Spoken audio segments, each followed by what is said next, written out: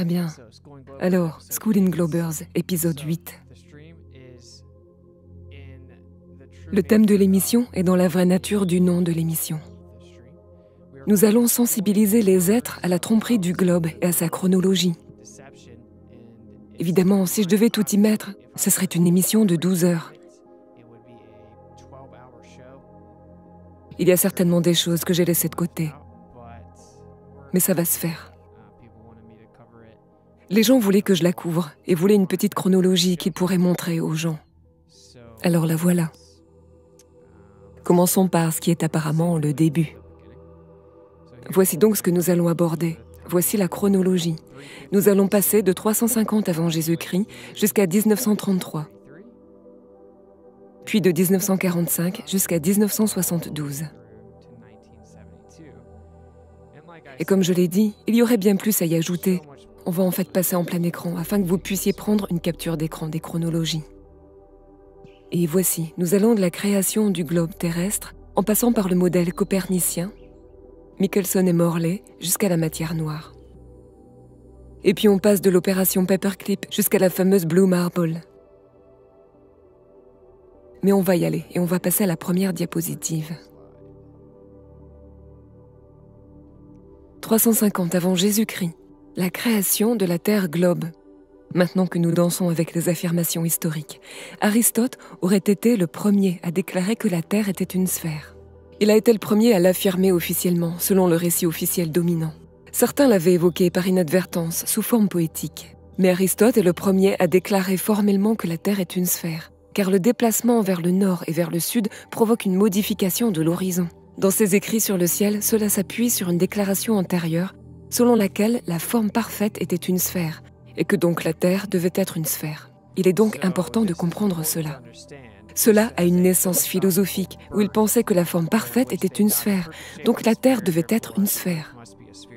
Vous entendez toutes sortes d'histoires sur la façon dont il a observé l'éclipse. Il a vu des bateaux disparaître dans la courbe. Si vous lisez réellement les écrits auxquels nous avons prétendument accès, il dit que parce que l'horizon changeait lorsque l'on allait du nord au sud, la Terre devait être une sphère. Pas seulement une sphère, mais une très petite. C'est ce qu'il a dit. Bien sûr, ce que vous voyez par rapport à l'horizon change également à mesure que vous vous dirigez vers le nord et le sud sur un plan terrestre. Donc, d'après ce que nous voyons, son raisonnement était stupide, d'accord? Ça, c'est ce qu'on sait. Donc, pour le dire très simplement, c'était une prémisse philosophique. Vous savez, du côté grec, de proposer toutes sortes de philosophies, quand il n'était pas pédophile. Et donc, nous y sommes. Nous avons le globe. Juste pour que vous le sachiez, c'est le point de départ officiel. Bien sûr, le deuxième point est que vous entendrez dans les articles grand public qu'il a vu des bateaux passer par-delà de l'horizon, ce qui est drôle, parce qu'il voyait juste ça à l'œil nu. Donc, j'imagine que le télescope les aurait rendus stupides, car alors, vous pouvez voir le bateau de beaucoup plus loin et les parties du fond du bateau qui étaient obstruées. C'est exact. Vous pouvez ramener le bateau complètement en vue, à l'exception de la partie qui est dans l'eau. Et comme Zach l'a couvert dans Globebusters la semaine dernière. En fait, en raison de l'ouverture de tout type d'optique, vous verrez toujours le fond disparaître en premier, parce que ça va atteindre le point de fuite avant ce qui est au-dessus. C'est un simple produit de perspective. Très bien, passons à la diapositive suivante. 250 avant Jésus-Christ, la distance au Soleil. On raconte qu'en 250 avant Jésus-Christ, Aristarque a utilisé la phase du quart de lune pour déterminer la distance au Soleil, devinant l'angle et estimant que la Lune est un tiers de la largeur de la Terre. C'est ça, vous avez bien entendu. Il a déterminé la distance au Soleil en devinant l'angle et en estimant que la Lune est un tiers de la largeur de la Terre. La méthode présumée repose sur l'hypothèse que pendant une demi-lune, les trois corps célestes, le Soleil, la Lune et la Terre, devraient former un angle droit. Il a deviné que le Soleil était 19 fois plus éloigné de la Terre que la Lune et 19 fois plus grand. Je crois bien qu'il est un peu à côté, vu qu'ils disent actuellement que c'est 400 fois plus gros. Ok, diapositive suivante. 240 avant Jésus-Christ, Ératosthène, sur lequel nous manquons de documentation primaire, en tout genre. C'est bien cela. Nous n'avons littéralement aucune documentation principale sur cette histoire. Et les deux sources de documentation secondaire dont nous disposons sont des histoires complètement différentes. Circulez, il n'y a rien à voir. On raconte qu'Ératosthène a remarqué que les puits et les piliers de la ville de Sienne ne projetaient pas d'ombre à midi au solstice d'été. Pourtant, à 500 miles ou 800 km de distance au même moment, les ombres étaient plus longues et étirées. En supposant que la Terre était une sphère, que les rayons lumineux du Soleil étaient parallèles et que le Soleil était infiniment éloigné, il calcula la circonférence de la Terre supposée sphérique. Bon, bien sûr, ce qui est hilarant dans tout ça, c'est que même dans les hits grand public, comme The Big Thing avec Neil deGrasse Tyson et Michel Thaler de la NASA, etc., ils vous le diront dans leur article contre la Terre plane que cela fonctionnerait certainement sur une Terre plane avec 2 bâtons. Bien sûr, nous avons montré que vous pouvez avoir une Terre plane, une source de lumière locale, utiliser un certain type de lentille pour imiter l'atmosphère et que vous pouvez réellement prendre les ombres, faire des calculs sphériques et rendre la table une sphère dans vos mathématiques. Une table plane peut être transformée en sphère, en supposant une géométrie sphérique. C'est une chose très simple. Et alors, selon le récit dominant, il n'a regardé qu'à 2 endroits. Alors apparemment, il savait d'une manière ou d'une autre qu'exactement la même heure et exactement le même jour, quelque part à 800 km de là, ça faisait quelque chose. Les histoires sont différentes, comment il y est allé ou non, ce qu'il regardait. C'est assez hilarant parce que cela n'a pas vraiment d'importance. Parce que le fait est que si vous y réfléchissez, Aristote dit que si nous allons du nord au sud, les choses à l'horizon changent. La Terre doit être une boule. Et cela se passerait sur une Terre plane. Ce type dit « Oh, regarde, les ombres à 2 endroits différents sont différentes. Ça veut dire que la Terre est une boule. » Et c'est ce qui se passerait sur une Terre plane. Ainsi, lorsque les gens disent que nous savons que la Terre était un globe depuis des milliers d'années, partisans du globe, soyez attentifs. Lorsque vous dites cela, vous semblez très ignorants, car les prétendues façons dont ils ont découvert que la Terre était un globe ne prouvent pas en réalité que la Terre est un globe. Regarder 2 ombres ne prouve pas que la Terre est un globe. Voir une différence dans le ciel par rapport à l'horizon, au nord et au sud, ne prouve pas que la Terre est un globe. Voir à l'œil nu des bateaux disparaître au-dessus de l'eau ne prouve pas que la Terre est un globe. Ils ne savaient donc pas que la Terre était un globe pendant des milliers d'années. Même si nous considérons comme vrais les récits historiques, à l'époque, ils constituaient encore une grande minorité de personnes. C'est donc un argument très ignorant, utilisé pour faire tourner en bourrique. Globers, si vous faites preuve d'honnêteté intellectuelle, vous arrêterez de dire cela, parce que c'est vraiment très moyen, d'accord? Ok, on arrive jusqu'à 1492. C'est le premier modèle de globe. N'est-ce pas drôle? Le premier modèle de globe. Ce globe terrestre de Nuremberg est le plus ancien modèle réduit de la Terre, connu sous le nom de Erdäpfel, signifiant la Terre pomme. Waouh, la science. Il a été créé vers 1492 par l'explorateur allemand Martin Behaim et le peintre Georg Albrecht. Par coïncidence, c'est la même année que Christophe Colomb aurait utilisé l'idée du globe pour découvrir, entre guillemets, les Amériques par accident. Il aurait donc utilisé le globe pour naviguer, comme le raconte l'histoire, la même année exacte où le premier modèle de globe a été fabriqué. Et soit dit en passant, il est inexact selon le modèle actuel du globe. Il pensait qu'il était en Inde, donc... Très bien, diapositive suivante. En 1543, nous avons le modèle copernicien. On dit que Copernic a proposé le modèle héliocentrique en faisant des observations du ciel à l'œil nu. Waouh! Il aurait fait cela parce que les calculs étaient plus simples. En fait, il était tout à fait clair qu'il s'agissait simplement d'un modèle destiné à apporter une simplicité mathématique fondée uniquement sur la théorie. Alors, voici une citation de lui. L'enseignement pythagoricien était fondé sur des hypothèses. Il n'est pas nécessaire que l'hypothèse soit vraie ou même probable. L'hypothèse du mouvement de la Terre n'est qu'une hypothèse utile pour expliquer certains phénomènes, mais elle ne doit pas être considérée comme une vérité absolue. C'est Nicolas Copernic lui-même sur les révolutions des sphères célestes, 1543. Qu'y a-t-il de si drôle à ce sujet ? C'est ainsi qu'il tente de peindre ce récit selon lequel, au nom de la science, il s'est affronté au système religieux tyrannique de l'époque, l'Église catholique. Il a tout risqué. Il était ici juste en train de risquer tout cela pour la science, la vérité et la découverte. Il a simplement été persécuté. Non, il était entre guillemets assigné à résidence dans un immense château. Waouh, ça c'est dur. Alors que des gens étaient littéralement torturés et assassinés parce qu'ils détenaient des Bibles, cet homme n'a en aucun cas été persécuté par l'Église catholique romaine. Il brûlait les gens sur le bûcher avec la Bible autour du cou. Et ce type était resté dans un immense château. Ok. Alors mettons de côté ce récit stupide. Mais le récit officiel est qu'il n'avait pas de télescope, qu'il n'existait pas encore. Il a juste regardé le ciel à l'œil nu. Il voulait juste essayer de faire fonctionner les mathématiques, alors il a simplement adopté une forme plus simple. Ok, les mathématiques étaient plus simples. Il a donc choisi l'idée héliocentrique. En fait, il adorait le soleil. Il pensait que le soleil symbolisait l'illumination. Il avait cette obsession du gnosticisme, les tablettes d'émeraude avec l'idée de l'apothéose de devenir un dieu, que le chemin vers l'apothéose ou atteindre le statut de dieu est la pleine illumination ou l'auto-illumination, et que le soleil est le symbole parfait de cette illumination à laquelle ils devraient s'efforcer.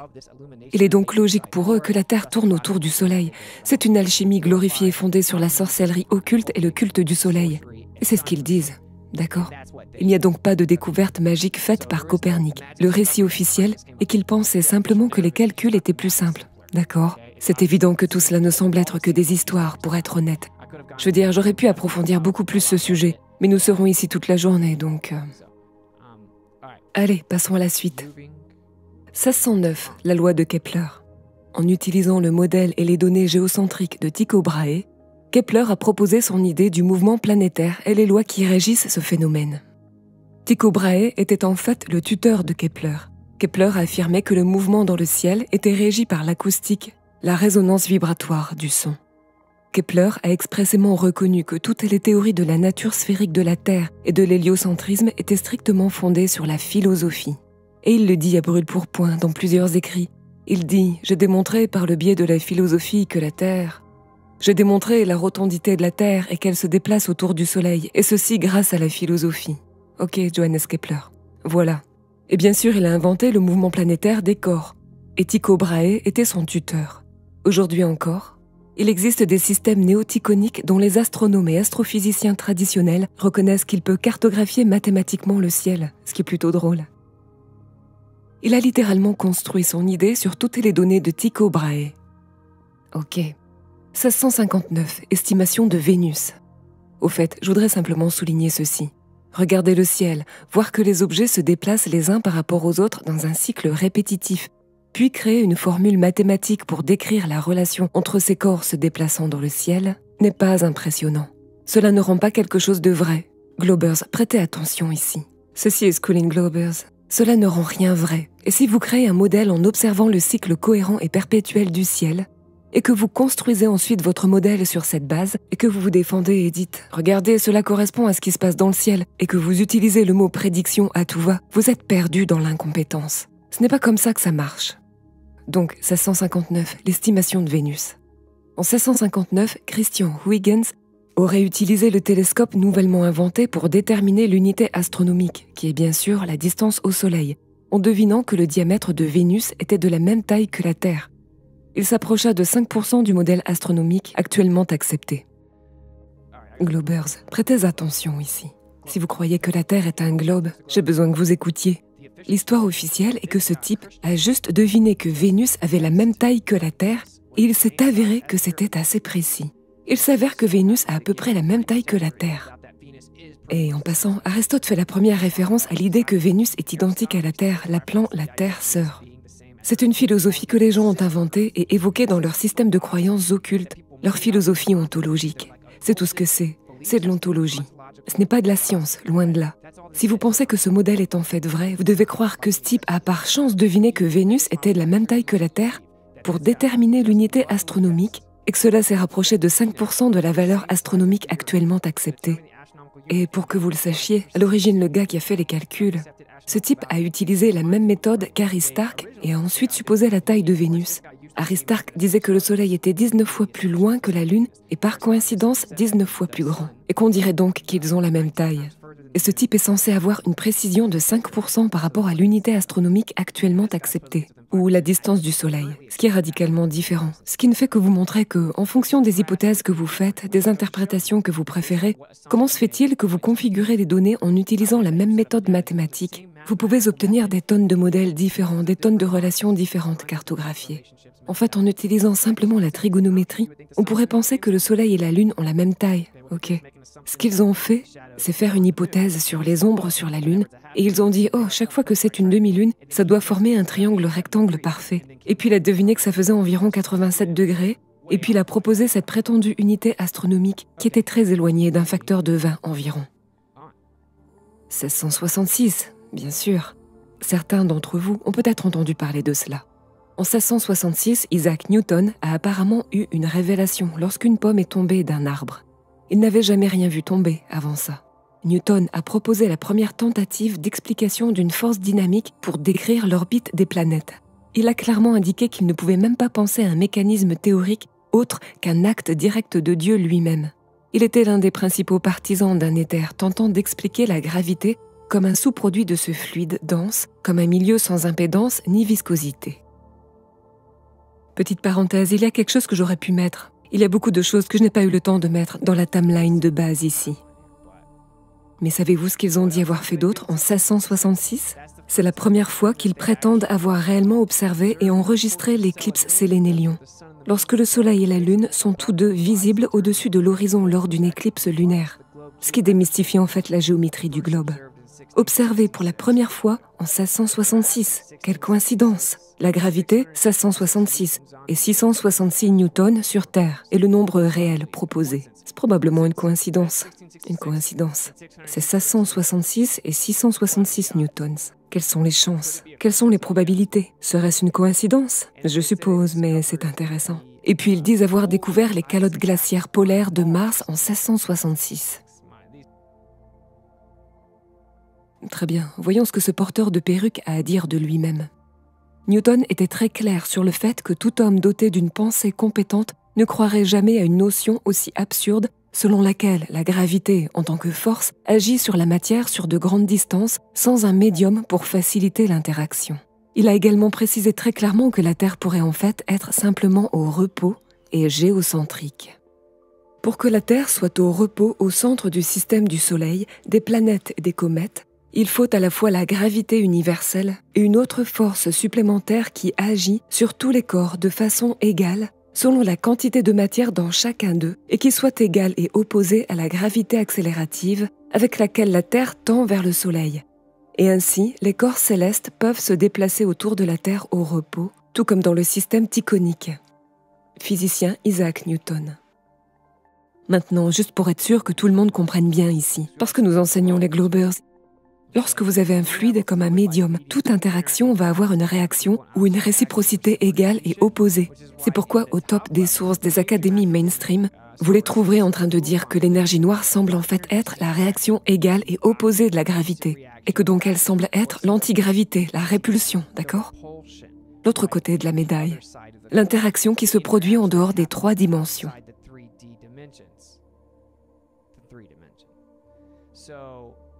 C'est donc assez drôle parce que c'est de cela dont il est question. Et le grand public essaye maintenant de trouver comment résoudre le problème de la matière noire et de l'énergie noire, en reconnaissant qu'il semble y avoir un médium. En fait, ce que nous appelons la gravité n'est rien d'autre qu'une accélération diélectrique incohérente, donc c'est juste une accélération électrostatique. Il y a une polarisation électrique descendante sur la Terre. On a une augmentation électrique équipotentielle, donc en fait, nous devons avoir 2 surfaces gaussiennes. Gaussiennes voulant dire qu'elles sont capables de conduire, de contenir ou de retenir une charge. Ces surfaces ont une capacité qui est le seuil de charge, comme nous l'avons expliqué dans une émission précédente. Quoi qu'il en soit, si vous avez 2 de ces surfaces parallèles l'une à l'autre, cela permettra à l'électricité d'être équipotentielle à mesure qu'elle augmente, car elle a comme un volume fini qui est contrôlé. Donc, vous avez une équipotentielle, d'accord? Et cela signifie une augmentation égale de l'énergie potentielle avec la même augmentation de l'altitude. La seule façon pour cela est de créer 2 surfaces gaussiennes. Bref, nous avons ainsi un courant électrique descendant vers la Terre. Maintenant, cela est intrinsèquement lié au support de fond ou à l'éther. On ne peut donc pas avoir l'un sans l'autre. En fait, la gravité n'est pas spécifique à un point, ce qui signifie qu'elle ne se soucie pas du centre d'une masse. Et tout ce que ça fait, c'est rechercher l'équilibre, car ce n'est qu'un sous-produit qui n'est pas cohérent par rapport à ce qui se passe dans l'éther. Alors bien sûr, il semble y avoir une interaction égale et opposée. Bien sûr, ce qui déplace les objets dans le ciel a également une réciprocité ou un effet d'entraînement dans l'éther. Et c'est ce que dit Newton. Il dit que s'il existe essentiellement un éther avec, par exemple, un autre type d'interaction en son sein, alors la Terre pourrait simplement être au repos. C'est très simple. Les planètes et les comètes et tous les corps grossiers ne peuvent-ils pas effectuer leurs mouvements plus librement et avec moins de résistance dans ce milieu d'éther que dans n'importe quel fluide qui remplit tout l'espace de manière adéquate, sans laisser de pores, et par conséquent est beaucoup plus dense que le vif argent et l'or? Et sa résistance ne serait-elle pas si petite qu'elle serait insignifiante? Par exemple, si cet éther, comme je l'appellerais, était supposé 700 000 fois plus élastique que notre air, et plus de 700 000 fois plus rare, sa résistance serait plus de 600 millions de fois inférieure à celle de l'eau. Et une résistance aussi faible n'entraînerait guère de modifications sensibles des mouvements des planètes en 10 000 ans. Donc, comme je l'ai dit, voici Isaac Newton dans Optics, question 22, 1704. Il continue avec beaucoup plus de détails, encore plus que cela, en décrivant qu'il y aurait un éther qui semble être le seul moyen pour lui de comprendre l'idée d'un certain type de force dynamique provoquant les mouvements. Et il précise très clairement que la Terre pourrait simplement être au repos. Et voici sa citation sur la gravité elle-même. Il est inconcevable que la matière brute inanimée, sans l'intermédiaire de quelque chose d'autre qui n'est pas matériel, un fluide immatériel comme un milieu, agisse sur et affecte une autre matière sans contact mutuel, comme elle doit le faire si la gravitation, au sens d'Épicure, est essentielle ou inhérente. Et c'est une des raisons pour lesquelles je souhaitais que vous ne m'attribuiez pas une gravité innée, que la gravité soit innée, inhérente et essentielle à la matière afin qu'un corps puisse agir sur un autre à distance dans le vide, sans la médiation de quoi que ce soit d'autre par et à travers lequel leur action et leur force peuvent être transmises de l'un à l'autre, est pour moi d'une telle absurdité que je crois qu'aucun homme possédant en matière philosophique une faculté de pensée compétente ne pourra jamais y tomber. La gravité doit être causée par un agent agissant constamment selon certaines lois. Mais que cet agent soit matériel ou immatériel, je le laisse à la considération de mes lecteurs. Isaac Newton, dans une lettre à Bentley en 1692. Et juste pour que les gens comprennent, il dit que l'idée selon laquelle la gravité est intrinsèque, inhérente, innée à l'intérieur de la matière, oui, parce que la gravité n'est plus considérée comme une propriété intrinsèque de la matière dans le paradigme actuel. Ça ne l'est plus depuis longtemps. Alors quand les gens disent que la masse attire la masse, non, ce n'est pas le cas. Même dans votre propre paradigme, la masse n'attire rien. La masse n'attire pas la masse. C'est ce qu'ils disent aux enfants de 5 ans pour qu'ils puissent le répéter. La masse n'attire pas la masse. Si vous dites que la masse attire la masse, c'est prouvé avec Cavendish. Vous êtes si au bas de l'échelle que vous avez besoin de prendre des notes pendant ce Schooling Globers. Ceci est vraiment un rat des pâquerettes. Ce n'est objectivement même plus votre position, donc...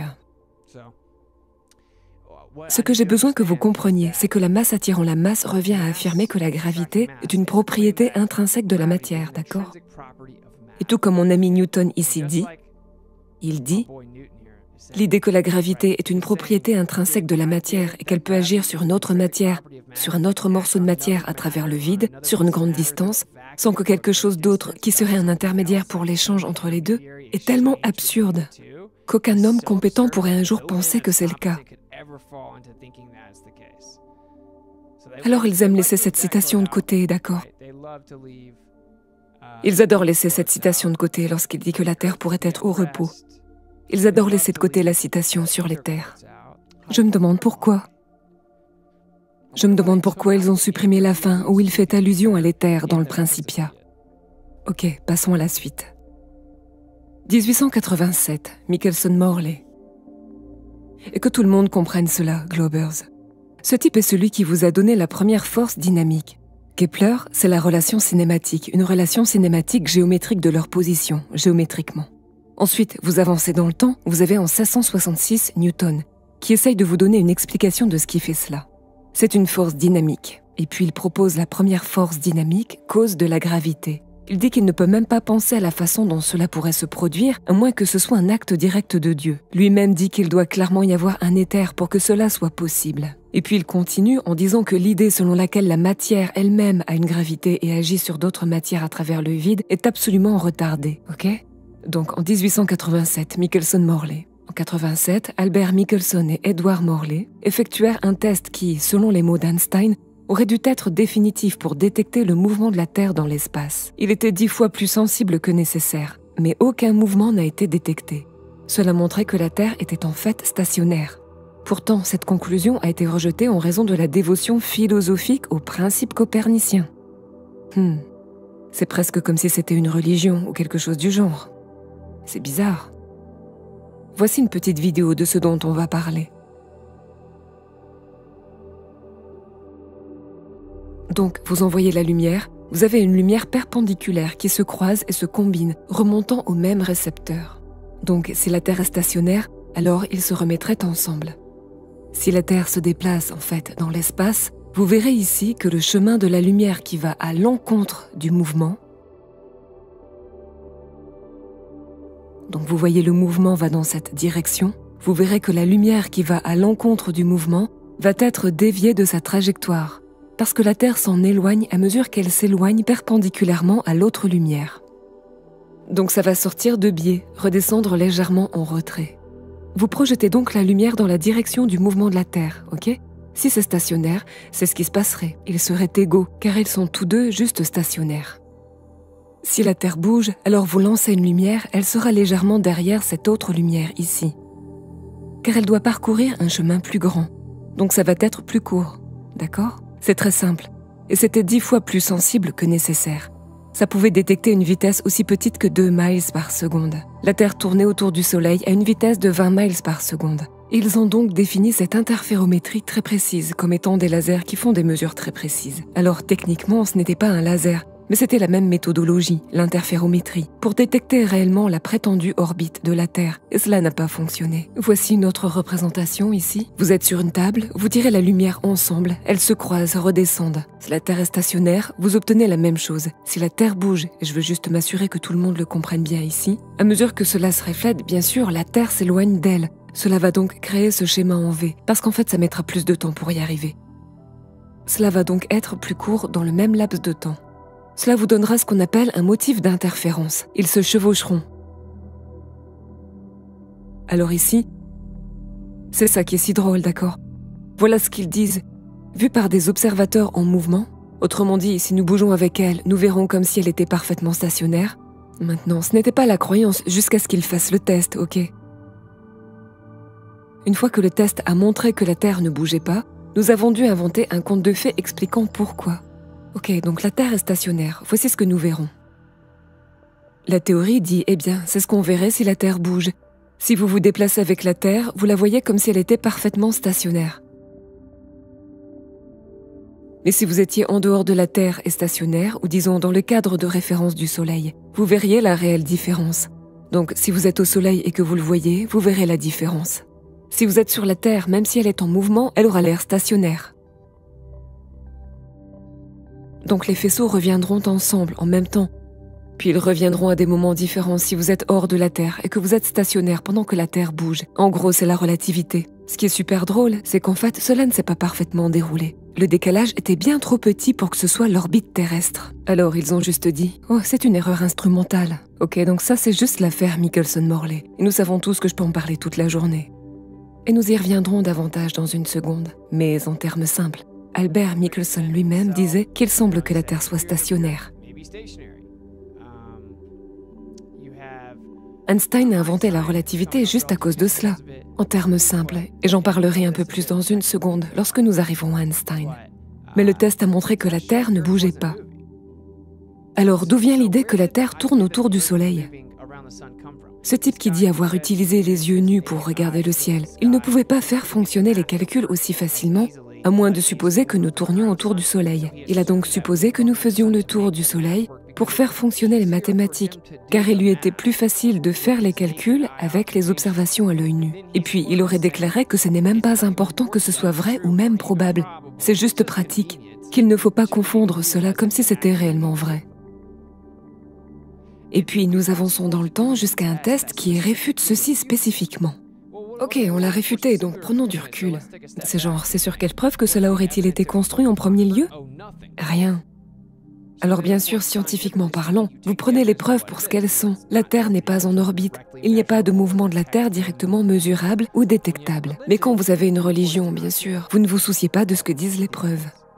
En 1901, l'ionosphère.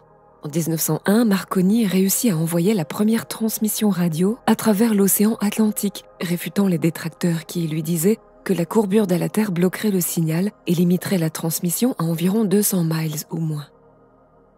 L'ionosphère a ensuite été, entre guillemets, découverte, en fait théorisée, pour expliquer comment cela pourrait être possible sur une Terre sphérique.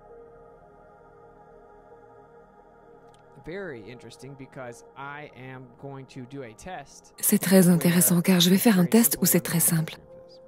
Donc sur le globe, si vous avez une tour, disons à 200 pieds au-dessus de la Terre, et que vous envoyez une onde, comme une transmission radio, horizontalement. L'onde va se propager comme ceci, n'est-ce pas? Et ça va devenir de plus en plus large à mesure que ça s'éloigne de plus en plus. Mais vous l'envoyez horizontalement. Maintenant, vous l'envoyez au-dessus de l'océan. La courbure de la Terre devrait bloquer les ondes. Au fur et à mesure que les ondes avancent, la courbure de la Terre les bloquera. Donc, à une hauteur de 200 pieds, il disait « Oh, vous ne dépasserez les 200 miles que si vous avez de la chance. » La courbure de la Terre les bloquera. Mais lors de la première tentative, le signal a parcouru 2200 miles et le gars l'a reçu du premier coup. Donc ils se disent, d'accord, si vous envoyez quelque chose horizontalement sur une surface courbe, cela signifie que la surface va descendre de plus en plus loin du signal et qu'une partie de celle-ci va être bloquée par la courbe. Ce qui signifie que ça finira par sortir dans l'espace. Alors ils ont théorisé, oh, ça doit être une réflexion depuis l'espace. Et c'est à ce moment-là qu'ils ont conclu, ou entre guillemets, découvert l'ionosphère. Nous allons faire un test et, selon le globe, il existe ce qu'on appelle une zone de saut, car si vous projetez l'onde, elle est bloquée. Elle doit monter et rebondir sur l'ionosphère en faisant comme un V. Monter et rebondir, puis monter et rebondir. Ce qui signifie qu'il y a une zone très spécifique dans laquelle vous ne pouvez pas recevoir le signal, parce qu'il part vers l'espace et le reste est bloqué par la courbe. Donc, si j'envoie cette transmission horizontalement et que j'ai quelqu'un debout, et nous allons donc le faire au-dessus de l'océan pour éviter les obstructions topographiques, si quelqu'un les envoie directement vers une île, dans l'eau, ou si vous pouvez simplement passer d'une masse continentale à l'autre sur la côte, disons comme de la Louisiane à la Floride, le globe prédit que vous ne pouvez pas recevoir le signal car il se dirige vers l'espace. Il y a une zone de saut, une zone morte, une zone de saut, disons, de 2 à 800 miles, ok? Si vous recevez le signal, ça démystifie le globe. Cela réfute de manière irréfutable le globe si vous recevez un signal. Nous allons donc faire le test. D'ailleurs, il n'y a littéralement aucun moyen de contourner ce problème. Il n'y a pas moyen d'en sortir. Par exemple, tous les globeurs ont déjà désespérément essayé de trouver des moyens de dire « Oh, si ça se produit, nous trouverons bien une raison ». Non, ils ne peuvent rien trouver parce qu'il n'y a rien. Mais si vous êtes si sûr par rapport au globe, pourquoi auriez-vous peur du test? Bon, c'était une parenthèse. Quoi qu'il en soit, après que le globe ait été démystifié en 1901, ils ont simplement inventé que ça devait se refléter. Puis ils ont découvert l'ionosphère. Bien sûr, ne vous méprenez pas, il existe quelque chose qui peut refléter les signaux sur un plan, juste pour que vous le sachiez. Mais passons à la suite. Donc nous sommes maintenant en 1905. Alors c'est environ 18 ans après Michelson-Morley. Principalement en réponse à l'expérience de Michelson-Morley, Einstein a proposé une théorie de la relativité restreinte qui attribuait une vitesse constante à la lumière et supprimait les référentiels absolus. Plus tard, en 1915, il publia la théorie générale de la relativité dans laquelle il y a le modèle de gravité actuellement accepté. Et il était nécessaire pour maintenir en vie le modèle héliocentrique.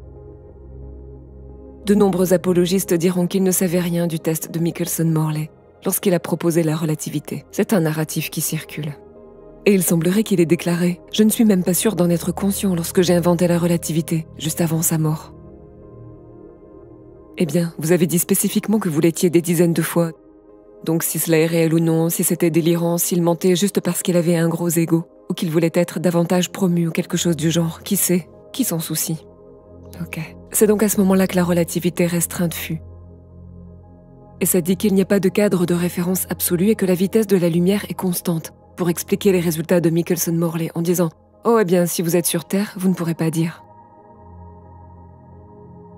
Et c'est encore pire que ça, mais nous y reviendrons dans une seconde. Voici donc une citation d'Einstein. Alors que je réfléchissais à ce problème pendant mes années d'étudiant, j'ai appris le résultat étrange de l'expérience de Michelson. Oh, vous ne le saviez même pas, pensais-je.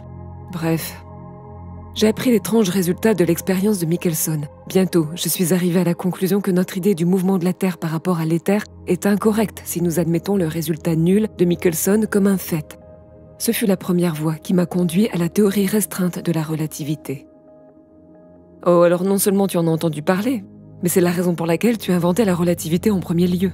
C'est la première voie qui m'a conduit à la théorie de la relativité restreinte. Depuis lors, j'en suis venu à croire que le mouvement de la Terre ne peut être détecté par aucune expérience optique, bien que la Terre tourne autour du Soleil. Donc bien sûr, affirmer fondamentalement que votre croyance qui vient d'un mec qui dit que les mathématiques sont plus faciles ne la rend pas vraie.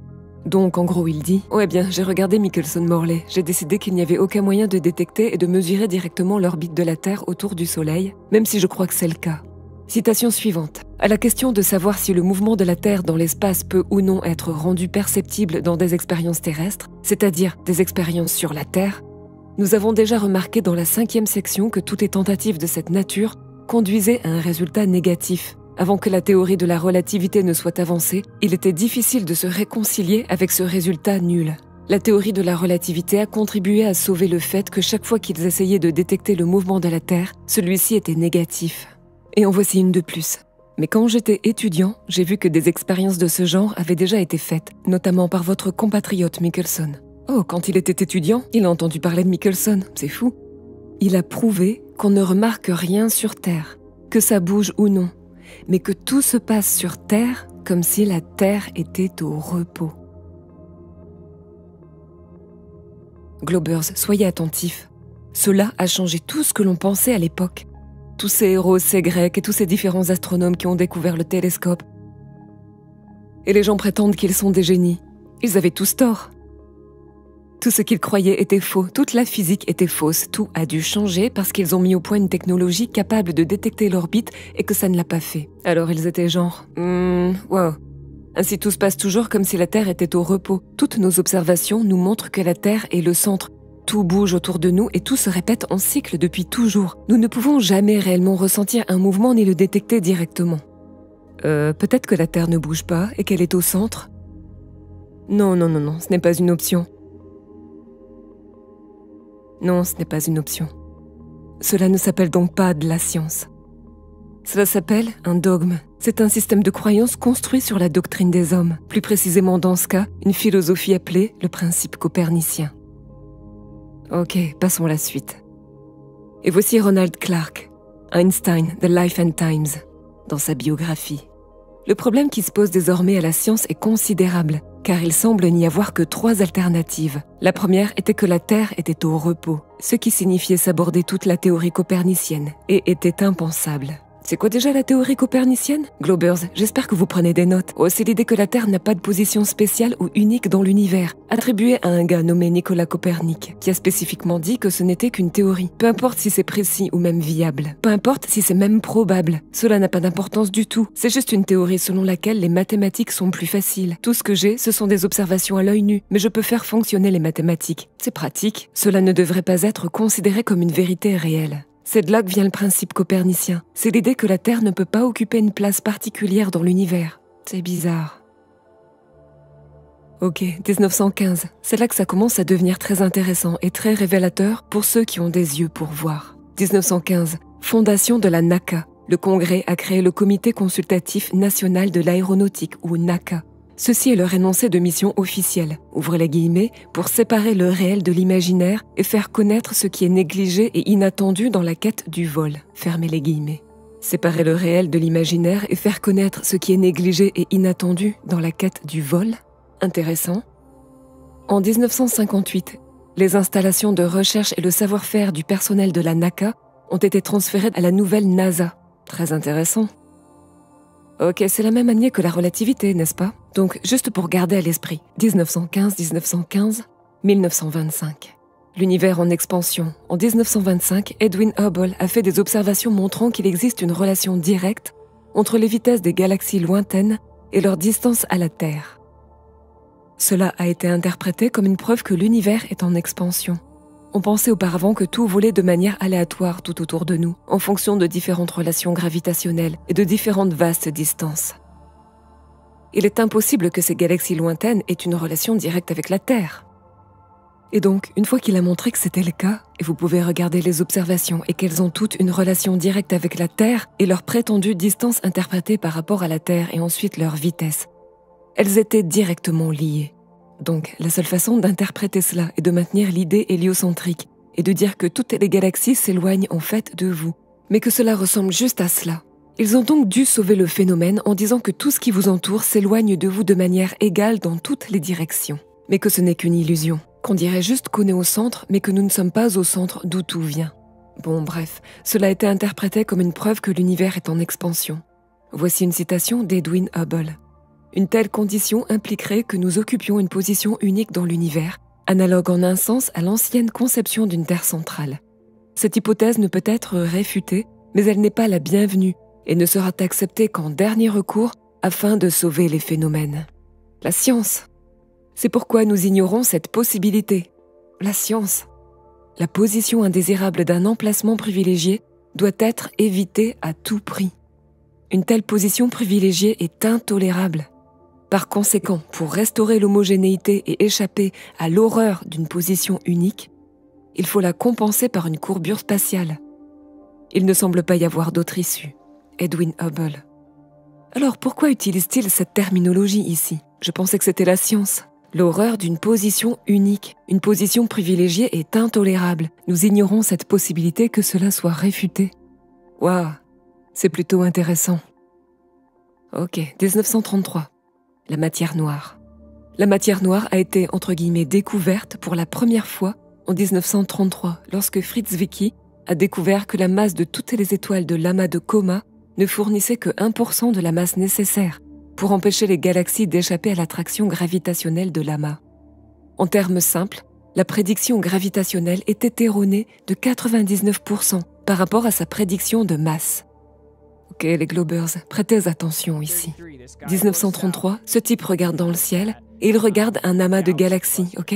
Et puis sur la base de la prédiction gravitationnelle, sur la base de la quantité de masse visible qui, selon eux, était présente, c'est ainsi qu'ils construisent l'ensemble du modèle, qu'il n'y avait pas assez de masse pour empêcher les galaxies de s'échapper de l'amas. Il n'y avait pas assez de matière ou de masse, donc il n'y avait pas assez d'attraction gravitationnelle pour la maintenir là. Elle s'échapperait. Donc en fait, il lui fallait 99% de masse en plus. Donc la prédiction relativiste, même si vous utilisez les prédictions newtoniennes, on a le même problème pour les deux. La prédiction gravitationnelle dans la cosmologie héliocentrique était à côté de 99% par rapport à la prédiction de masse. Elle n'en était même pas proche.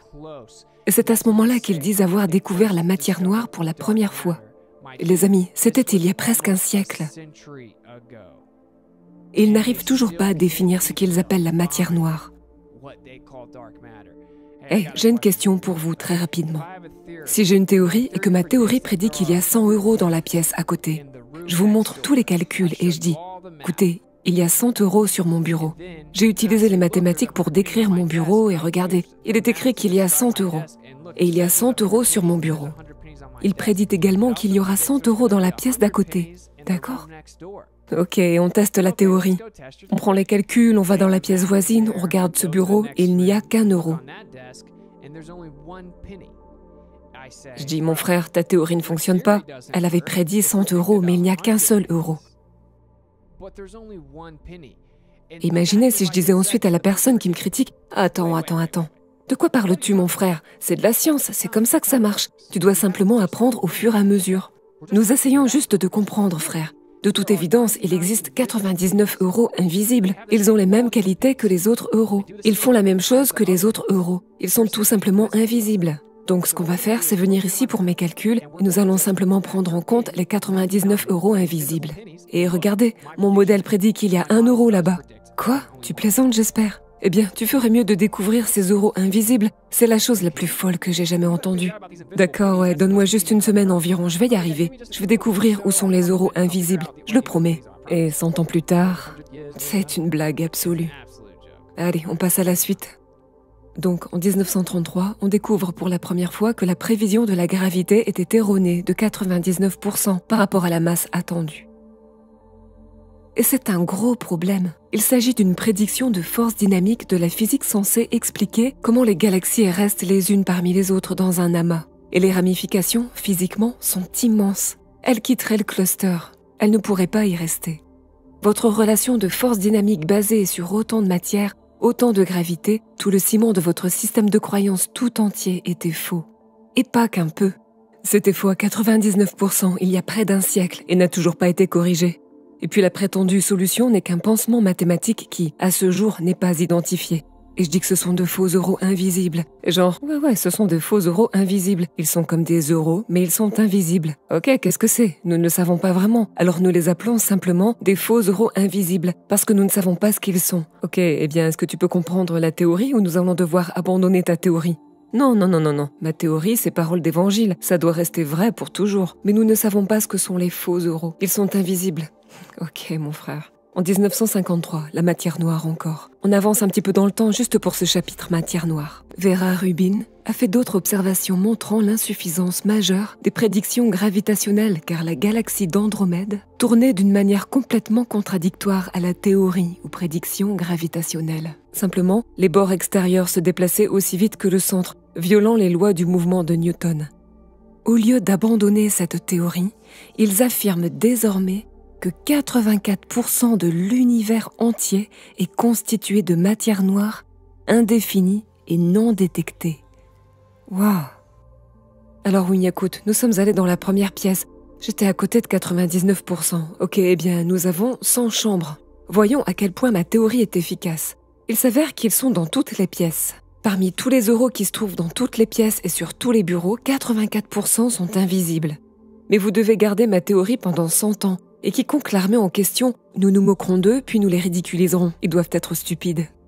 En 1945, l'opération Paperclip est bien sûr l'opération au cours de laquelle les gouvernements américains ont fait venir environ 1600 scientifiques et ingénieurs nazis, et ceci était à l'époque hautement secret et classifié. Wernher von Braun était l'un des scientifiques impliqués dans l'opération qui fut ensuite chargé de l'exploration spatiale pour les États-Unis. Il a supervisé la construction de la première fusée V2 qui serait allée dans l'espace. Waouh! Il fit mettre sur la pierre tombale le psaume 19, qui fait allusion au firmament recouvrant la Terre. Il a également déclaré à sa secrétaire que la propagande spatiale était utilisée pour mentir au public. C'est totalement légitime. En 1946, opération High Jump. Une opération au cours de laquelle les États-Unis ont exploré la région antarctique, fondant la première base américaine en Antarctique, appelée Little America. Cela a été dirigé et organisé par l'amiral Richard Byrd. Ok, juste pour que vous compreniez, les nazis étaient obsédés par l'idée d'aller dans les régions éloignées vers l'Antarctique pour essayer de découvrir davantage de terre. Ils en étaient absolument obsédés. Quand ils vous disent qu'ils sont tous morts, ils sont tous partis vers l'Amérique du Sud, vers l'Argentine, et apparemment ils ont continué vers l'Antarctique, où ils avaient toutes sortes de bases, et cela les obsédait. Ils étaient obsédés par les connaissances anciennes et obsédés par la découverte de différentes terres. Et il semblerait qu'il n'y ait pas de débat là-dessus. Ils en étaient obsédés. Et que fait notre gouvernement? Ils prennent un groupe de ces nazis dans ce gouvernement, puis ils commencent à explorer l'Antarctique, avec laquelle les nazis étaient obsédés. Waouh! Ok, très intéressant. Oh, et puis ils ont emmené ce type qui avait certes fait de la fausse propagande via le régime nazi chez le peuple allemand pour le convaincre et lui faire croire qu'il possédait les fusées les plus avancées au monde. Et il leur montrait des modèles et de faux lancements de fusées pour leur faire croire qu'ils allaient plus haut qu'ils ne le faisaient en réalité et qu'ils étaient plus efficaces qu'ils ne l'étaient réellement, mentant intentionnellement et faisant de la propagande au peuple allemand en lui faisant croire que leurs fusées étaient bien meilleures que ce qu'elles ne l'étaient en réalité, et en les convainquant qu'elles pourraient réellement aller dans l'espace. Ceci est reconnu. Ils prennent ensuite ce type, l'amènent ici, disent qu'il est le meilleur spécialiste des fusées au monde, puis utilisent la même prétendue fusée pour aller dans l'espace. C'est une blague. Quelle blague. Ça ne s'invente même pas. Alors ils partent explorer la zone qui obsédait les nazis, et c'était dirigé par l'amiral Byrd. Je vous glisse la vidéo de l'interview ici. Mais l'amiral Byrd, bien sûr, est apparu à la télévision nationale. Il est sorti et a dit « Je suis étonné qu'il existe une zone aussi grande que la zone continentale des Amériques de l'autre côté de l'Antarctique qui reste inexplorée et de végétation et que personne ne le sait. » Et puis, bien sûr, il est mort peu de temps après. Ils sont donc partis en exploration en 1946. Il est mort en 1957, il est mort peu de temps après. Et puis son fils a fini par mourir dans un accident étrange et fou. Circuler, il n'y a rien à voir.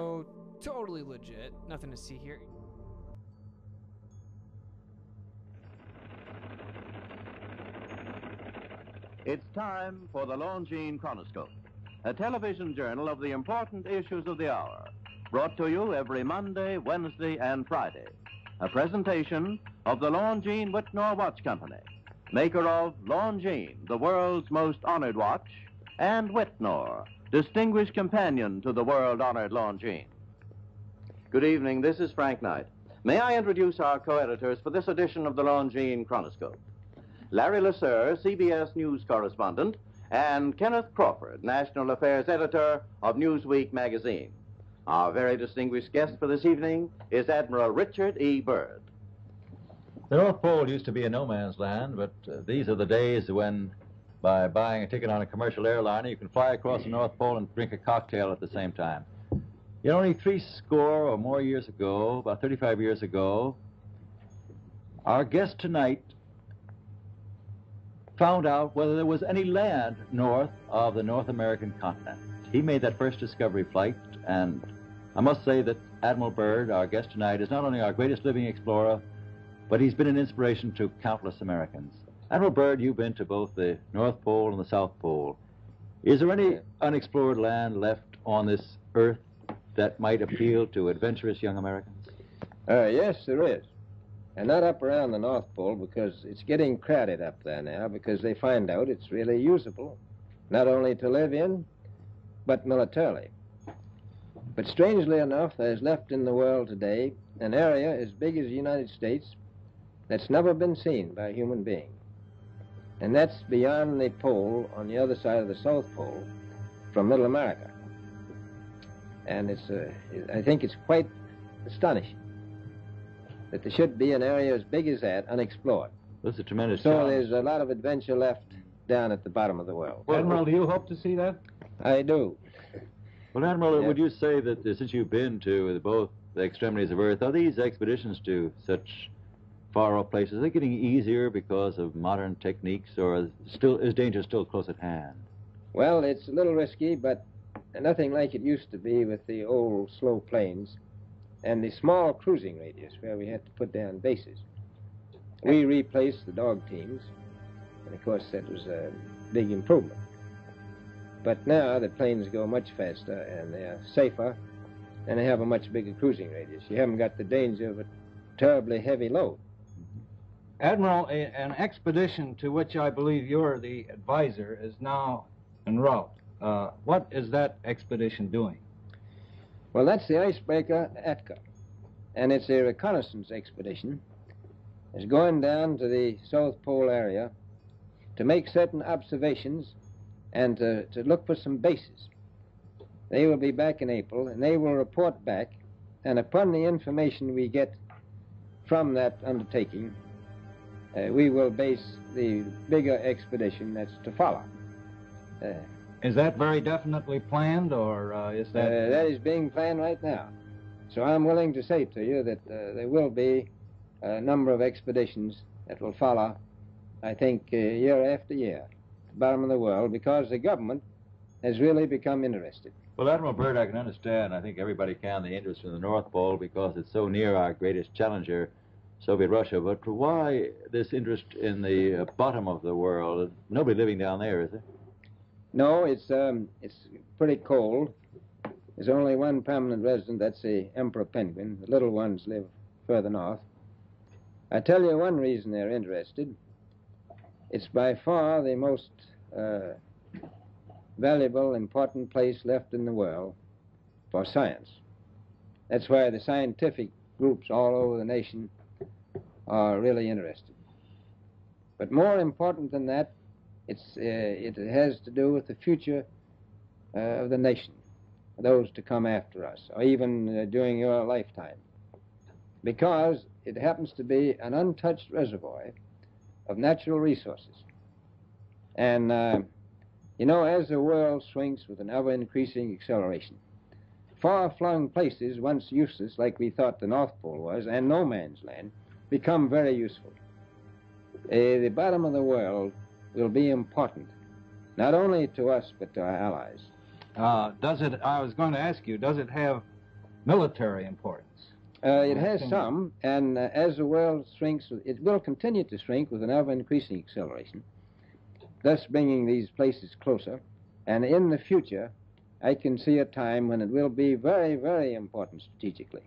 Well, has the development of air power increased the strategic importance of places like the very much Parma Peninsula, was it? Very much so. Even now, if anything happened and we lost the Panama Canal, we would have to control the islands just north of Antarctica, which are part of Antarctica.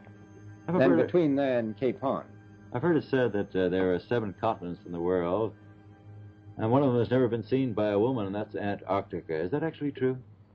Well, if the Power Peninsula is an island, as far as I know, that's true. No woman's ever stepped foot upon the Antarctic continent, and it's the most peaceful place in the world. Well, I'm sure that won't last very long. Italy, I understand that now that you're working with the Arnold Bread Company in charge of frozen foods. Now, is there any future for frozen foods down these frozen extremities? Well, I think the human race can be helped by that. This was thought out by Dean Arnold, who's, in my opinion, a great humanitarian. He learned that we went down there after 4 or 5 years and finished a meal that we had left there on the table when we had evacuated Little America. Everything was perfect, including the bread. So he got the idea of this frozen bread, and already he sent some to Europe, and it worked very well over there for some of the starving people. So you can store it down in the Antarctic, and against the lean years, and you wouldn't have any people in the world really starving if you did that. Yes, in the event of an atomic war. You'd stay there forever. Admiral, you speak of the resources of Antarctica. What are they? What are the natural resources there? Well, we've found enough coal within 180 miles of the South Pole in a great ridge of mountains. It's not covered with snow, enough to supply the whole world for quite a while. Well, that's the coal. Now, there's evidence of many other minerals. We are pretty sure there's oil. Now, that coal shows the bottom of the world. Now, by far, the coldest spot in the world. Where that coal is gets 100 below zero in the winter. Well, it was once tropical. So we think there's oil there, and there's evidence, probably uranium there. Is it any secret? Is there uranium there? That would be the only thing that would be practical to actually go after, I suppose. Everything else would be economically unfeasible, wouldn't it? Well, as we recklessly expend our resources, the time will come when we'll have to go after that stuff down there. Well, you know, I avoided what you said about uranium. I'm not sure about that. I don't want to have the world fighting over the Antarctic. Admiral, is there a competition among other nations to try to get information about Antarctica and possibly to secure some of these resources? Well, yes. There are now 7 nations very much interested. Russia is interested tremendously. That I'm sure of. Australia has an expedition down there. The Argentine, the Chile, New Zealand, Britain, and so on. Now, you can understand those people down there being interested because they live down there. The New Zealanders, the Argentinians, the Chileans, and the Australians. And so we don't do much about claiming anything. Admiral, you make us sound a little crowded. Are there that many expeditions now there or en route there? Well, you know, as I said, it's the most peaceful place in the world, but I don't think it will be for long because of this intense interest on the part of other nations and this nation. Well, Admiral Byrd, are private expeditions a thing of the past? Is expedition and exploration, making expedition and exploration now purely a government function because of the tremendous cost? No, I don't think so. I think down south, it may be more or less a thing of the past, but not other expeditions that go there. A lot of them go north now. This latest expedition now on the way is a government expedition, I take it. Yes, that's the government. Admiral Byrd, may I ask you, is there a great difference between the top of the world and the bottom of the world? There is. Now, the North Pole is the center of an ocean 10,000 feet deep. The South Pole, the center of a plateau, 10,000 feet high. The North Polar Sea is surrounded by continents slightly frozen. The Antarctic continent is surrounded by a belt of ice, frozen seas of at least 1,200 miles thick. Now, the south is a plateau. It gets, in some places, 14,000 feet up. I've been over areas about 13,000. And it's a little bit chilly up there. So there's that big difference between the top and bottom of the world. The north really isn't very cold up there on the Arctic Ocean. Not compared to the south. Admiral Byrd, we often hear it said that our young Americans now aren't as hardy as their forefathers. Do you think that Americans do measure up to the standards, the physical standards and morale standards of the past? I do. I don't believe that. I think they're just as high. Well, what would you say was the most valuable factor on expedition? Is it morale, or physical courage, or is it sheer equipment? Well, I've always thought that loyalty was by far the most important trait. The British told me that when I first went down the 28th, I couldn't possibly get through the winter night without a mutiny if I took more than 20 men. But to serve science, I had to take 42 men. Then I took 56 the next night, and so on. And I did find that loyalty was the most important thing during the winter night when it's very hard on your nerves. I think that's trait. Well, that's a very valuable characteristic at any time. Well, thank you very much, Admiral Byrd. It's been a great pleasure to have you here tonight. It's a pleasure to be with you. Yep. The opinions expressed on the Longines Chronoscope were those of the speakers. The editorial board for this edition of the Longines Chronoscope was Larry LeSueur and Kenneth Crawford. Our distinguished guest was Admiral Richard E. Byrd.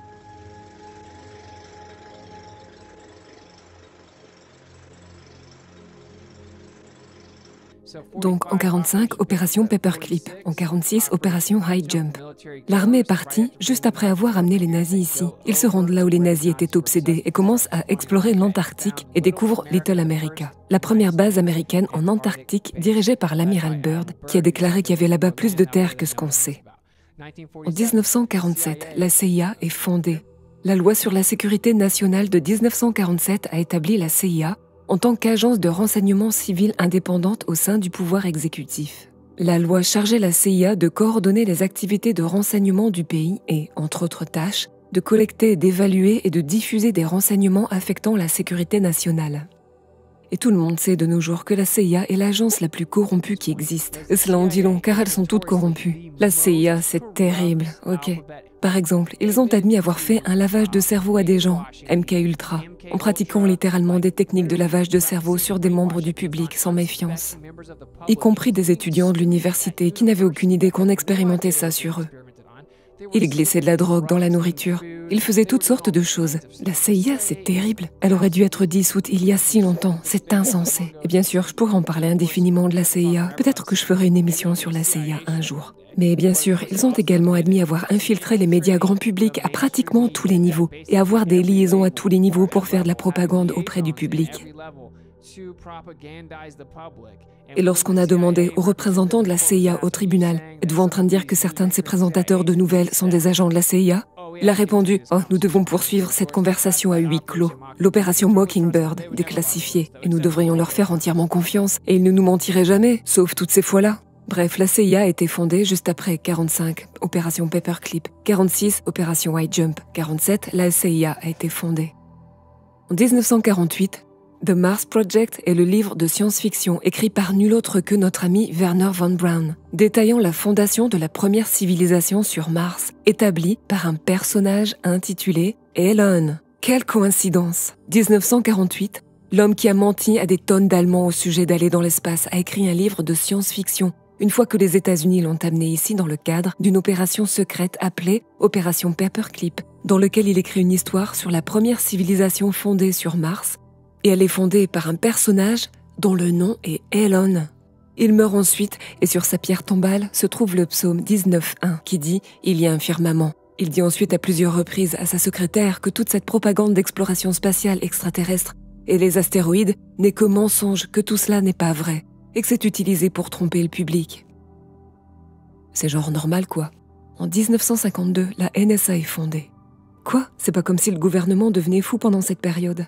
La NSA a été fondée en 1952 par le président Harry Truman pour fournir une organisation et un contrôle unifié et efficace des activités de renseignement sur les communications des États-Unis menées contre les gouvernements étrangers afin de fournir des politiques et des procédures opérationnelles intégrées, applicables ici également. Mais malheureusement, et c'est l'une des choses les plus importantes, même dans les années 70, ils ont déclaré que cela ne serait jamais utilisé contre les Américains.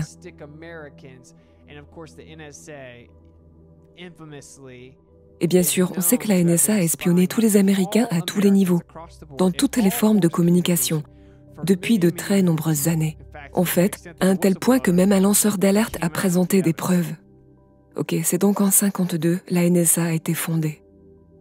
Opération Paperclip en 1945, en 1946, Opération White Jump, puis en 1947, la CIA. En 1948, il écrit ce petit livre qui va servir à faire de la propagande auprès du grand public plus tard. En 1952, la NSA est fondée. En 1955, c'est l'opération Deep Freeze. C'est là que ça commence à devenir très intéressant. Alors ils partent de manière obsessionnelle faire des recherches et explorer l'Antarctique. Alors en 1955, Deep Freeze est le nom de code donné à une série de missions américaines en Antarctique. Cela a conduit à l'année géophysique internationale de 1957 à 1958, qui était un effort de collaboration entre 40 pays concernant les explorations des pôles Nord et Sud. L'opération Deep Freeze a débuté en 1955 et s'est poursuivie jusqu'à ce qu'on appelle l'année géophysique internationale en 57 et 58, qui vise à rassembler. C'est un accord de collaboration internationale sur les pôles Nord et Sud. En 1957, le système DEW, D-E-W, The Distant Early Warning Line, la ligne d'alerte précoce distante, est un système de stations radar dans les régions du nord de l'Arctique du Canada, de l'Alaska, du Groenland et de l'Islande, où les États-Unis ont mis en place des lignes de déclenchement pour surveiller toute activité au nord de la 55e latitude nord. Alors il commence à explorer en 45, jusque-là, et on arrive en 55, on a l'opération Deep Freeze, où il limite ce qu'on peut faire au nord et au sud, et puis cela mène à l'année 57-58, où ils installent en 57 le système The Distant Early Warning System, créant en gros un cercle autour du nord avec des lignes de surveillance aussi basses que le 55e parallèle, ce qui est assez intéressant. Cela semble très familier. Oh, je ne sais pas. Qu'est-ce qu'on a vers le 60e latitude sud et que vous n'êtes pas autorisé à explorer légalement, librement et en privé au-delà de cette région, même dans l'eau, de sorte que vous ne pourriez même pas arriver là où vous pourriez réellement voir la côte de l'Antarctique.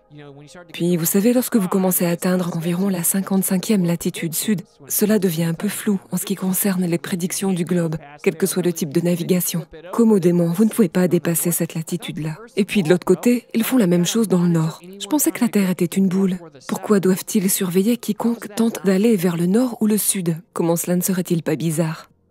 Oh non, il n'y a pas moyen qu'ils continuent de faire ça, n'est-ce pas? Ok, alors ils ont mis en place un tas de lignes de surveillance tout autour du nord, détectant toute personne se déplaçant dans cette région. Donc si vous essayez de monter vers le pôle nord, ils le sauront immédiatement. Et c'est interdit une fois qu'on s'éloigne d'une certaine distance. Eh bien, il semblerait qu'ils le font encore, parce qu'en 1988, ils l'ont simplement remplacé par ce qu'on appelle The North Warning System, le système d'alerte du Nord, qui a remplacé The Distant Early Warning Line en 1988, et est toujours actif à ce jour, surveillant tous les mouvements d'exploration vers le nord de la 55e latitude. Que se passe-t-il ? Bien sûr, il suffit de regarder toute la région nord du Groenland, c'est genre inhabitable et personne n'y va. Alors maintenant, allez simplement sur votre petit dessin de Google Earth et essayez d'aller directement au centre de l'endroit où le pôle Nord est censé se trouver. Et puis vous sortez l'outil pour compter les distances dans toutes les directions pour voir à quelle distance vous pouvez réellement vous rapprocher de cette chose. Ils surveillent le pôle Nord. Ils le font depuis 1957 et c'est ouvertement admis. Bon, revenons à 57. C'est une année intéressante ici. C'est à ce moment-là qu'ils ont cartographié le firmament, du moins selon les documents officiels déclassifiés de la CIA, qui ne l'ont été qu'en 2000. Voici l'étude de la diffusion de la lumière dans l'atmosphère terrestre. Ceci date encore de 1957, non publié ni déclassifié. Mais pourquoi cela serait-il classifié? Intéressant. Les observations ont été réalisées sur 12 sites situés à différentes altitudes au-dessus de la mer, avec de diverses conditions climatiques, météorologiques et synoptiques. Les observations ont été effectuées principalement dans les conditions de transparence élevée de l'atmosphère et de portée visuelle du spectre en l'absence de couverture neigeuse. Au cours des investigations, 2 instruments conçus par V.G. Fesenkopf ont été utilisés. L'un d'eux était un phonomètre visuel du ciel diurne destiné à mesurer la luminosité du firmament. L'autre était un photomètre à halo photoélectrique pour déterminer la luminosité du halo solaire proche et aussi du Soleil sur une surface perpendiculaire à ses rayons. Attendez, quoi? Ok, attendez. Quoi? Photomètre visuel du ciel diurne destiné à mesurer la luminosité du firmament et du halo proche du Soleil et aussi du Soleil sur une surface perpendiculaire à ses rayons.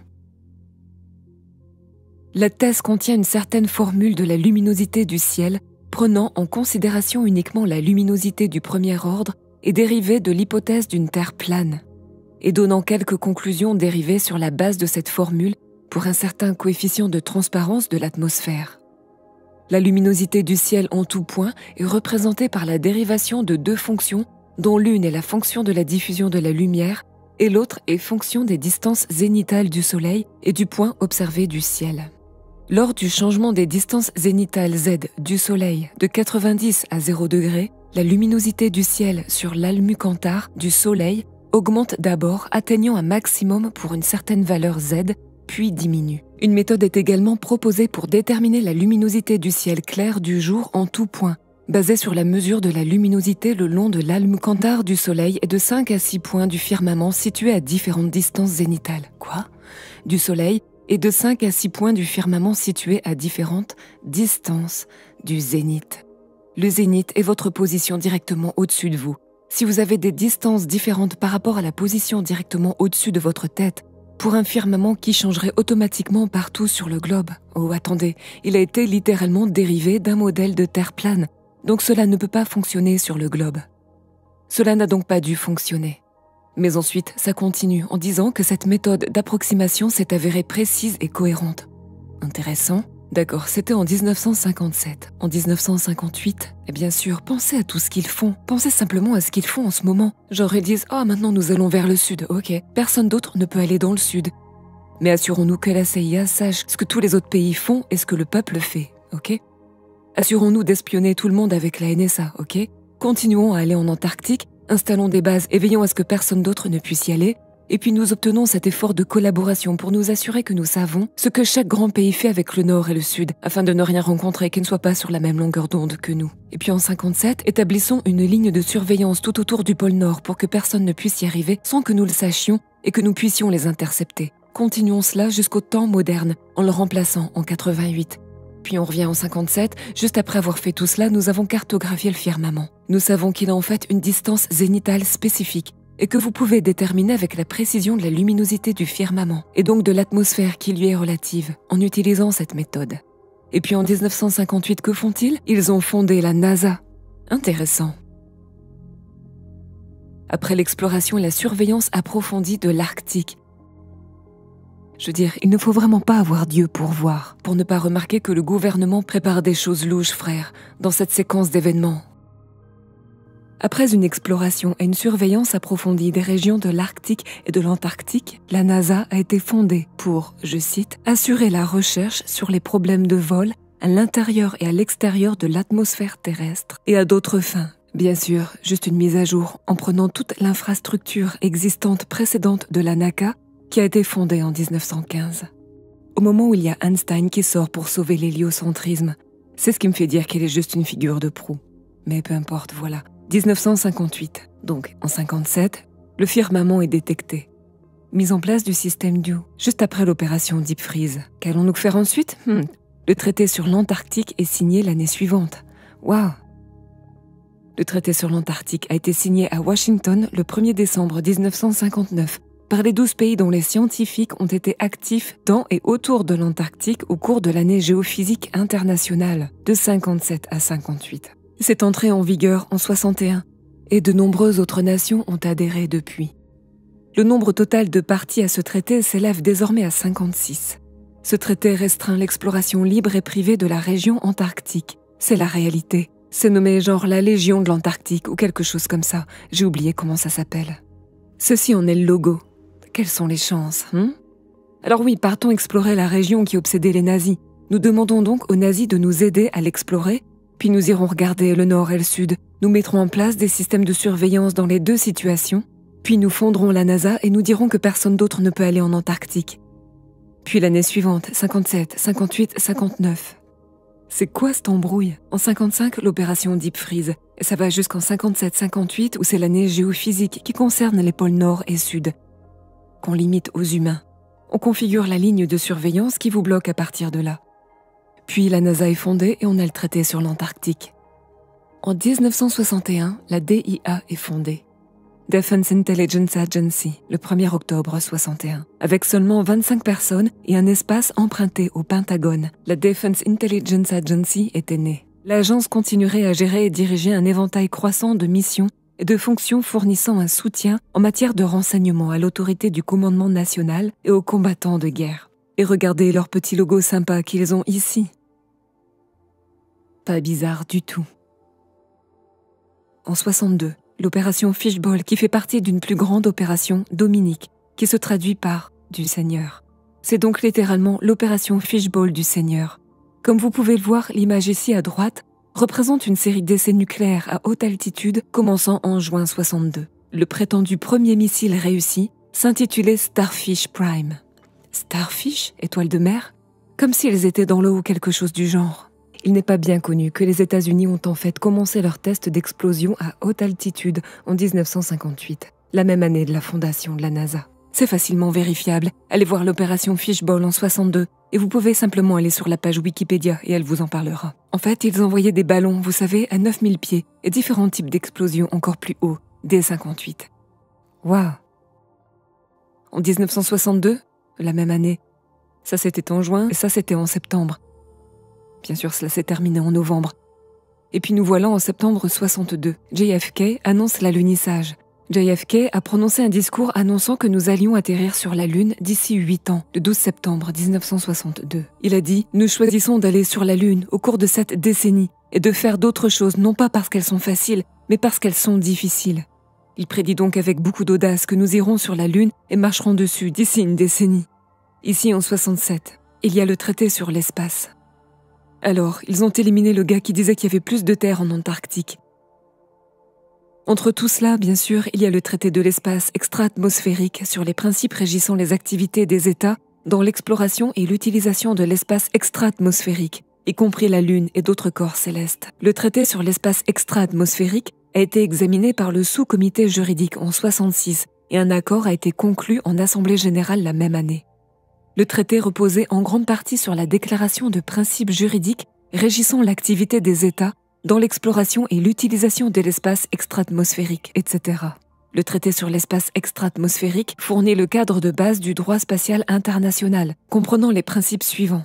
L'exploration et l'utilisation de l'espace extra-atmosphérique doivent être menées pour le bénéfice et dans l'intérêt de tous les pays et relèvent de la compétence de toute l'humanité. Oh, qui est l'arbitre du meilleur intérêt de l'humanité ? L'espace extra-atmosphérique doit être libre d'exploration et d'utilisation par tous les États, mais pas par leur population. L'espace extra-atmosphérique ne fait pas l'objet d'une appropriation nationale par revendication de souveraineté, par utilisation ou occupation ou par tout autre moyen. Les États ne doivent pas placer d'armes nucléaires ou d'armes de destruction massive en orbite ou sur des corps célestes, ni les stationner dans l'espace de toute autre manière. La Lune et les autres corps célestes doivent être utilisés exclusivement à des fins pacifiques. Les astronautes ne doivent pas être considérés comme les envoyés de l'humanité. Waouh! Les États sont responsables des activités spatiales nationales, qu'elles soient menées par des entités gouvernementales ou non gouvernementales. Les États sont responsables des dommages causés par d'autres objets spatiaux. Et puis, vous pourriez essentiellement parler de toutes sortes de dessins pseudo-scientifiques et fantastiques d'affirmations que nous inventons après cela. Mais ce qui est très intéressant, c'est que la plupart des gens ne savent pas qu'ils prétendent avoir un traité sur l'espace fondé en 67. Et oui, la plupart des gens ne le savent pas, mais c'est assez drôle qu'ils aient effectivement ça. Et si vous y regardez réellement, ils avaient genre un partenariat avec Disney concernant ce traité, qui est super étrange et aléatoire, si je ne me trompe pas. En 1967, la même année, l'incident Gus Grissom. Ainsi, en 67, l'astronaute d'Apollo Gus Grissom est décédé dans un tragique accident lors d'une explosion dans les installations de la NASA et lors d'une vérification de routine des câbles. Gus était très franc et ouvertement critique quant à la viabilité du succès des missions Apollo. En fait, il a accroché un citron sur le module lunaire pour montrer que cela ne fonctionnerait pas. Il a constamment exprimé des doutes sur la manière dont il pourrait un jour aller dans l'espace. Et puis voici une photo de ce qui lui est arrivé. Et lors d'une vérification de routine des câbles des installations de la NASA, il explose mortellement parce qu'ils ont accidentellement pompé un tube plein d'oxygène et que la porte a été verrouillée de l'extérieur. Il était donc coincé à l'intérieur et ne pouvait rien y faire. Et voilà le gars qui accrochait le citron sur le module et qui décriait en gros leur capacité à aller dans l'espace. En 1968, vous avez 2001 Space Odyssey, un film réalisé par Stanley Kubrick qui parlait d'une mission d'alunissage. Il a remporté le prix du film de l'année et a normalisé l'idée inédite selon laquelle les humains pourraient atterrir sur la Lune. Donc, ce film de l'année parle d'une mission sur la Lune. Il s'agit en fait d'une IA, d'un ordinateur qui prend le relais. C'est assez drôle. C'est un film foncièrement mauvais. Quoi qu'il en soit, cela a conditionné tout le public à normaliser l'idée d'aller sur la Lune. L'atterrissage sur la Lune, c'est le film de l'année. Tout le monde l'a vu l'année précédant l'alunissage en 69, lorsque des hommes auraient posé le pied sur la Lune. Des hommes auraient marché sur cette chose en 69, juste à la fin de la décennie, comme l'avait prédit JFK, après sa mort, bien sûr. Depuis, les hommes n'ont pas prétendu être retournés sur la Lune, plus de 5 décennies plus tard, mais c'est comme ça que vous savez que c'était légitime, parce qu'ils l'ont fait dans cette cabane de bricoleurs en papier d'aluminium. En 1972, l'originale fameuse Blue Marble, le célèbre premier plan de la Terre dans son entièreté étant un globe dans l'espace. Cela cimenta l'idée de la Terre globe dans l'esprit du public. Après tant et tant de tentatives et d'échecs désespérés, ils ont envoyé une image depuis l'espace. Il n'y a pas eu d'autre image réelle de la Terre revendiquée avant 2015. Ça fait presque 50 ans. Vous ne pouvez pas obtenir une autre image réelle ? La Blue Marble de 2002, le fond d'écran par défaut de l'iPhone première génération, a été photoshopée parce qu'elle devait l'être. Et nous savons tous que, venant de Robert Simmons, la photo qu'ils ont montrée à tout le monde était manifestement fausse. Donc, en conclusion, comme c'était un peu partout, ce que nous avons clairement vu, c'est que le gouvernement a travaillé ensemble dans un ordre séquentiel très rapide pour cacher la nature de l'endroit où vous vivez. Réveillez-vous.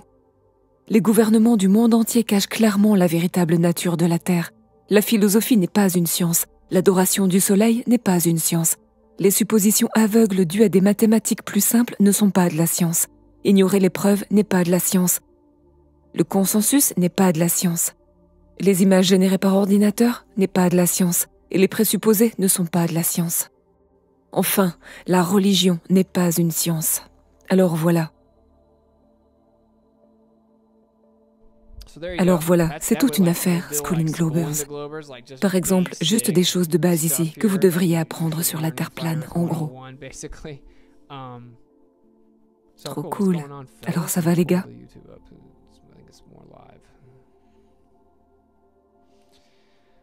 Voilà donc le monde dans lequel nous vivons. Et ce que je trouve très intéressant, comme je l'ai montré ici. Je ne connaissais même pas certaines de ces choses. Donc je ne savais même pas que ceci était une chose. Je savais que c'était comme s'il y avait des réglementations, qu'on ne pouvait pas vraiment survoler le pôle Nord. Et c'est super suspect. Et tous ces différents pays ne vous permettent pas de vous approcher trop près. Et puis genre, il n'y a pas d'habitants au Groenland et personne ne vit à proximité de là. Et vraiment, où est le centre ? Où est ta carte ? Nous ne pouvons même pas accéder au centre. Comment suis-je censé créer un système de coordonnées cartésiennes sans même savoir où se trouve le centre et pouvoir ensuite disposer les autres terres proportionnellement à cela ? Mais ne pouvez-vous pas utiliser votre cerveau ? Genre, c'est bizarre. Mais le système d'alerte au nord, c'est actif aujourd'hui. C'est jusqu'à la 50e latitude nord. Ils ont littéralement le nord et le sud cousus, mon frère. C'est énorme. Comment une personne normale, dotée d'un cerveau, ne peut-elle pas voir quand les gouvernements, à peu près au même moment, a décidé de surveiller le nord et le sud et de ne pas laisser les gens y aller librement, puis de commencer à lancer des trucs dans l'air qui s'arrêtaient à une certaine distance. En même temps, ils faisaient des études et avaient des documents disant qu'ils savaient qu'il y avait un firmament. En même temps, exactement au même moment. Ils ont littéralement des documents disant qu'il y avait un firmament. Comment diable une personne normale peut-elle penser que tout cela est légitime ? Je ne comprends vraiment pas. Alors il y a une question dans un commentaire. Un globeur a-t-il expliqué comment le noyau de fer de la Terre à 9300 degrés Fahrenheit crée un champ magnétique lorsque la température de Curie pour la perte de magnétisme du fer est de 1418 degrés Fahrenheit ? Non, mais leur explication est que cela ne vient pas réellement du noyau. Ils ont mis à jour leur modèle une fois qu'ils ont réalisé le problème de Curie. Et donc ils disent que c'est en fait le noyau externe qui est un peu plus froid, et que c'est en fait dû au mouvement. Ce n'est pas le matériau lui-même, mais le mouvement du noyau externe qui crée les courants de convection. Et cette électricité génère un champ magnétique. Et ce modèle ne fonctionne pas non plus, mais c'est leur réponse. Certes, leur modèle ne fonctionne pas pour toutes sortes de raisons. Pour leur modèle, ils doivent prétendre qu'il existe des courants de convection parfaits, mais cela ne peut pas exister. Ils ne peuvent donc même pas expliquer comment ça peut réellement rayonner là où c'est censé se trouver, car ils ont besoin, fondamentalement, de courants de convection parfaits qu'ils doivent assumer, mais qui ne sont pas réels. Et puis, l'anomalie ou l'écart entre la résistance de la surface et le centre est environ 50 000 fois supérieur à la valeur prédite du modèle à certains endroits de la surface.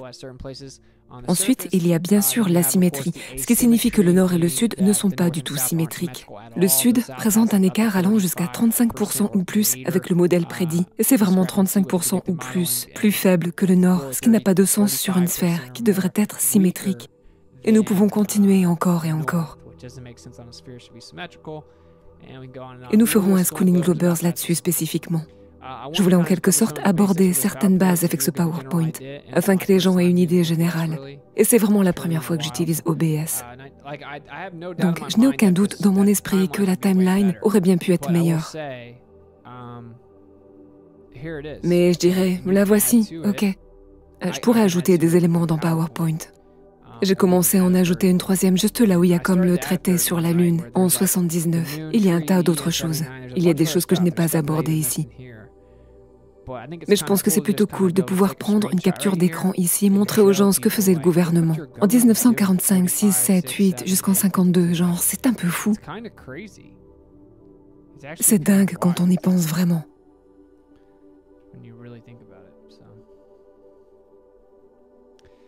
Alors maintenant, certaines personnes ne veulent pas y réfléchir, d'accord? Et je suppose que c'est leur prérogative. Mais nous sommes là pour enseigner aux Globers. Parce que, si vous vous rappelez, la première étape,